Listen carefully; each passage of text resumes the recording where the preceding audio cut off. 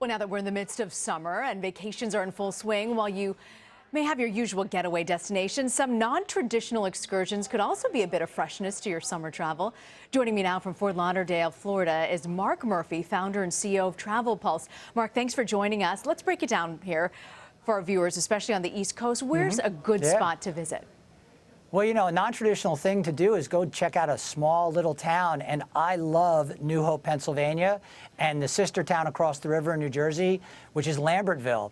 And New Hope's very quirky. It's this like eclectic little town, great little cafes, restaurants. You can stay in an old Victorian bed and breakfast. You can do stuff on the river. You can go antiquing. You hop over to the Lambertville side, again, additional restaurant options, stores. It's just very relaxed, small town feel, but upscale and really nice for a getaway in the summer. New Hope, Pennsylvania. That was not on my radar.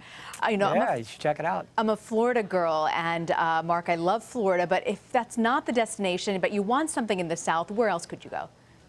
Well, you know what? Something that's a little off the beaten path is the Natchez Trace. So, you know, fly into Jackson, Mississippi, and the Natchez Trace is 450 miles long, and all along the way you can do fishing and hiking, and you can even do horseback riding, and it's a beautiful two-lane road, and it gives you the history of the United States from the Civil War era like nothing else. And I would highly encourage anybody that's a history buff or wants to learn more about American history to do the Natchez Trace. You don't have to do the whole thing, but you can do parts of it, and it's really wonderful. That sounds very interesting. We know President Obama and the first family headed out west for a vacation this summer, but if you're looking at the Rockies and to head out west, what's your recommendation?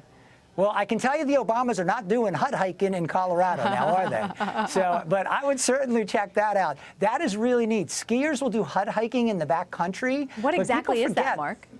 Well, you basically have these station cabins, if you would, that are set apart. So as you hike or ski in between, you get your exercise in, you're exploring nature and everything else, and then you get to your next stop, and that's where you put up for the night.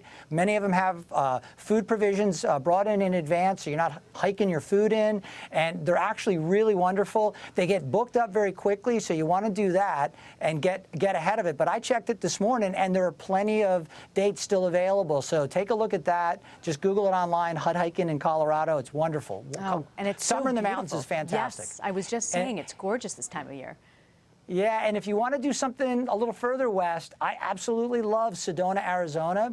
It's really between the Red Rocks. I mean, they say that God created the Grand Canyon, but God lives in Sedona, which I think is pretty appropriate because the healing powers that the Native Americans felt that the rocks and that area provided draws many people there. And you can get out and explore and do Jeep tours and everything else, but they also have world-class spas and the ability to connect spiritually, which a lot of people are trying to do these days with wellness travel. So definitely a hot trend. That's a good point, wellness travel. Everyone likes a little lift me up, but that's a great idea. Now, you tell us there's one state that's largely overshadowed for travel, but actually has a lot to offer.